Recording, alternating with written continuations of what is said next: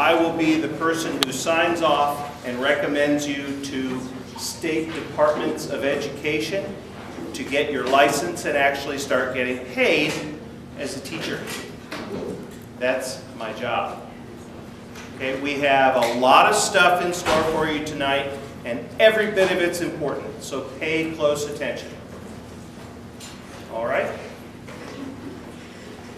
While we're getting started, if you're in the back still signing in, sorry about having you on your feet. Being here, it takes a while to get that sign-in done. One of the things on the sign-in, which I didn't intend as a test, was to have you write down the last 4 of your bear number. So if you're in line, think about what those 4 are. And if you want to follow me on Twitter, I'm tweeting out reminders about this class nearly daily. So in case there's something you're missing, and it pops up on your phone and says, hey, the deadline was yesterday, that would be a bad message, right? Okay. All right. So tonight we're going to cover a lot of different things. Here is your agenda. I'm doing introductions. And the first person I would like to introduce to you tonight is Dr. Ginny Wang. Dr. Wang is educated in China. She's taught elementary, secondary, college. She came over here to the United States and got her doctorate at the University of British Columbia, and is a distinguished teaching professor.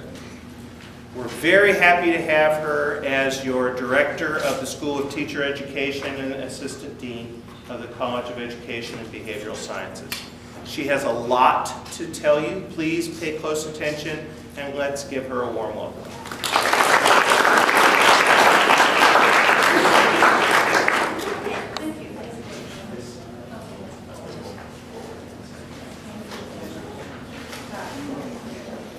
Thank you very much, Dr. Warren. So I'm Ginny Huang, and actually I was supposed to write down my name on the board, H-U-A-N-G, but I'm not going to do that because Dr. Warren has already pronounced my name. But typically when I started, I will ask you how to pronounce my name, H-U-A-N-G. Without being told, how would you pronounce my name?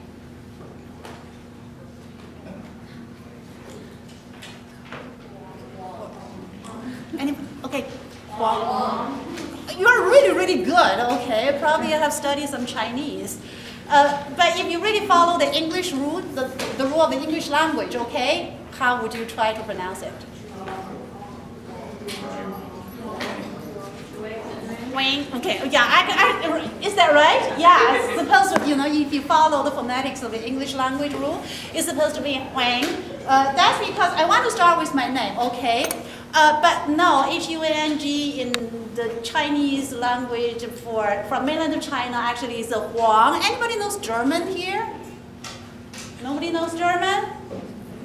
A little bit? Oh, okay, great. How would you pronounce A-N-G in German language? Yeah, exactly. Yeah, it's interesting, okay? In Chinese writing, my name, I want to start with my name. There's a reason here, okay? That's my name. That's my last name, okay? So there's no way for you to know how to pronounce it, right? It's very difficult. So what we're doing now in modern Chinese is that we have something called the pinyin, which is the romanization of the character. That's why we have this one that will tell you in the dictionary how to pronounce this particular character. So in the Chinese language, we use characters to write, okay? And A-N-G is ang sound. The H sound is the English sound, the sound, all right? And you, how would you pronounce it?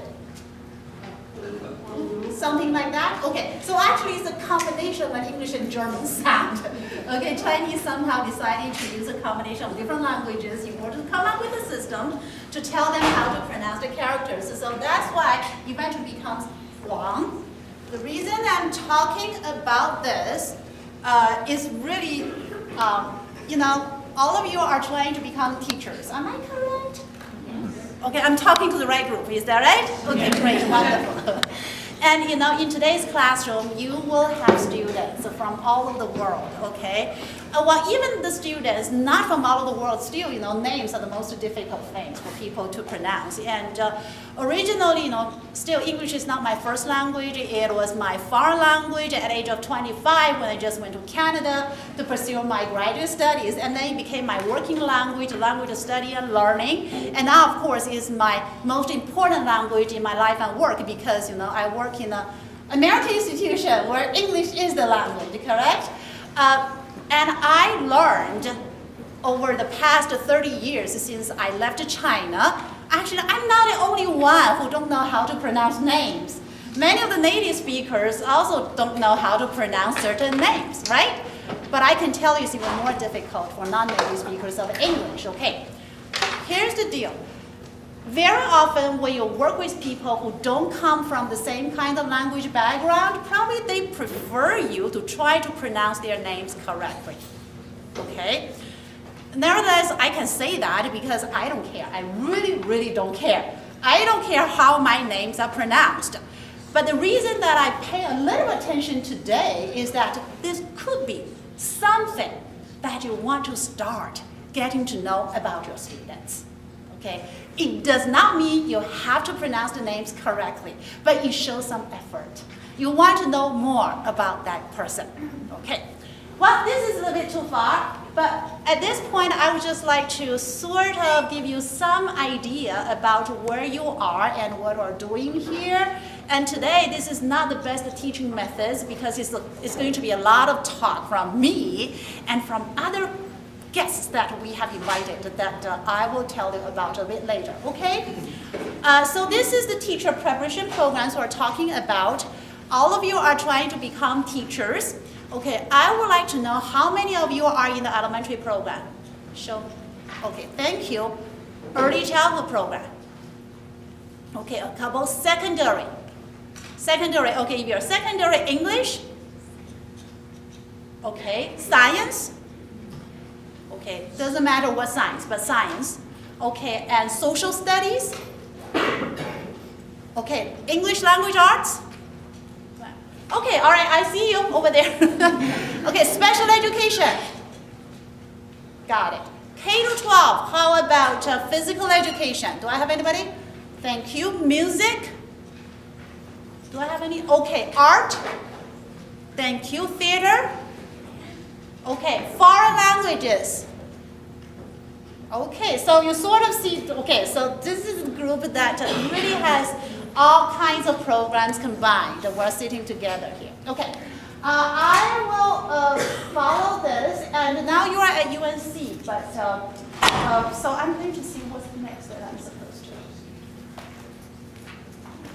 Seems that it doesn't like me. Good. First of all, I would like to give you a kind of structural understanding of the college. That's because in the past 5 years I've been at UNC, from time to time when the students get to the end of the program, they still don't know where they belong. And sometimes they really don't know where to go to get help, so that's the reason. University, this is UNC, right? Under UNC, we have 6 big colleges. And the College of Education Behavioral Sciences is one of the 6 colleges right here. And this is a huge college, okay? Probably you know that UNC started 126 years ago, right? But do you know what was the name of the institution at that time? Colorado? Well, actually, I'll give you the name. Okay, you have all kinds of names. It's called the State Normal School. Yes. That's how UNC started, okay? So at that time, there were only 4 normal schools in the whole country. And UNC was one of the 4.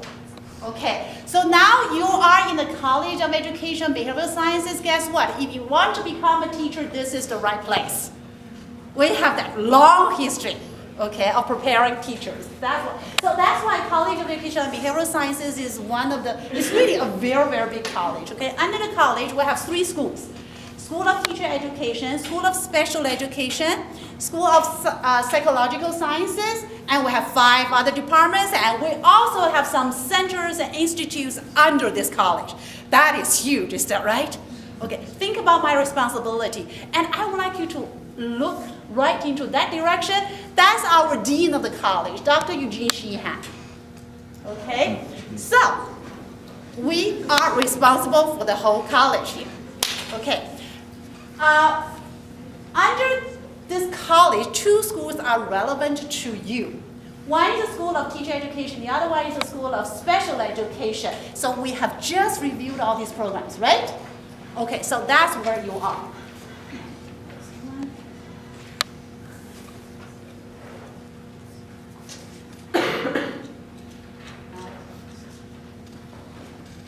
Point in the right direction. Pointed at the computer. Yeah, try the A laptop. computer. Okay.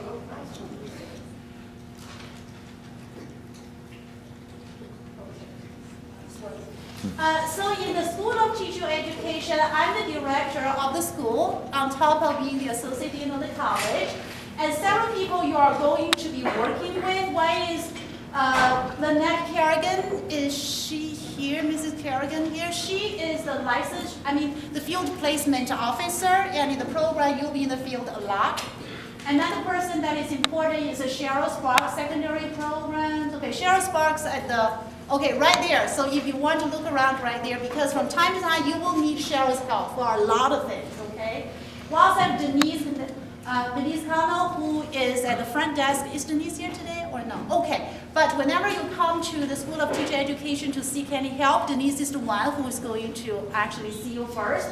And John Shaw is the graduate program coordinator, and we have Dr. Charlie Warren, who has just talked with you. This is the licensure officer, and he knows everything about license, okay? And then with the early childhood elementary, you see all the programs here. I don't have to go into the details, but if you're in the secondary program, you see that you are going to have two people who are going to help you. One is Courtney Luce right here, okay, Professor Courtney Luce. The other one is a content area advisor. So if you're in mathematics, okay, not only you have one professor in the School of Teacher Education who's going to be working with you, you also have Dr. Powers, who's in mathematics, who's going to work with you as your program advisor. So you will have two people to work with you. So I have the photo here of Dr. Susan Thompson, you know, all those early childhood program candidates. This is the one. And then Dr. Kim Creasy for elementary program. Okay, so this is a program coordinator. And we have Courtney Luce for secondary program. And we also have, no, it's not working. Okay.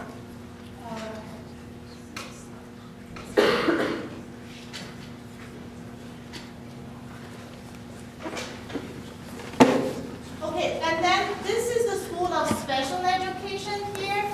The staff, you have Logan Glastet, is the field experience coordinator. Dr. Jennifer Lieber is the undergraduate advisor. Okay, Teresa is the front desk lady steward. I think I have to change the name. I don't think lady steward is still there. And of course, Dr. Charlie Warren is also in charge of licensure. For this particular school, early childhood special education and also the K-12 bachelor degree, Bachelor of Arts in Special Education generalist, these are the two relevant programs for you. And I have those here for you. Okay, so Dr. Hassan Gazlawan, he is the coordinator for early childhood special education coordinator. Okay, so if you are in that program, next one. Okay, Dr. Jennifer Erga, she is in charge of special education generalist program. So if you are special education candidates in this program, then this is the professor you want to talk to.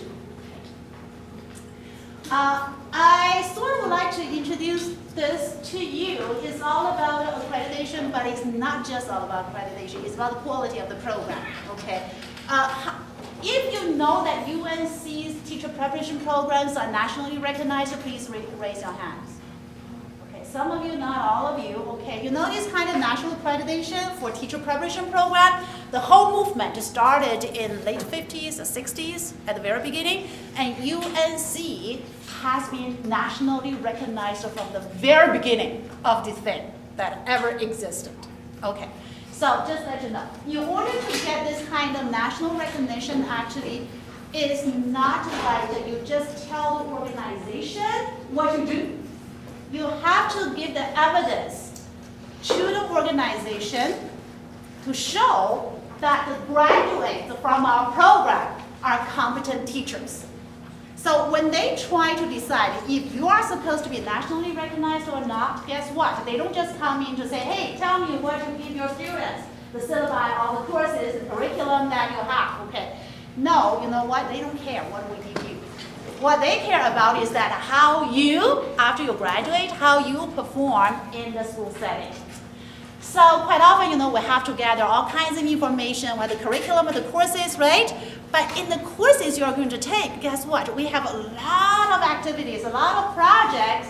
These projects are actually real things that you have to do with the children that you're going to teach in the future.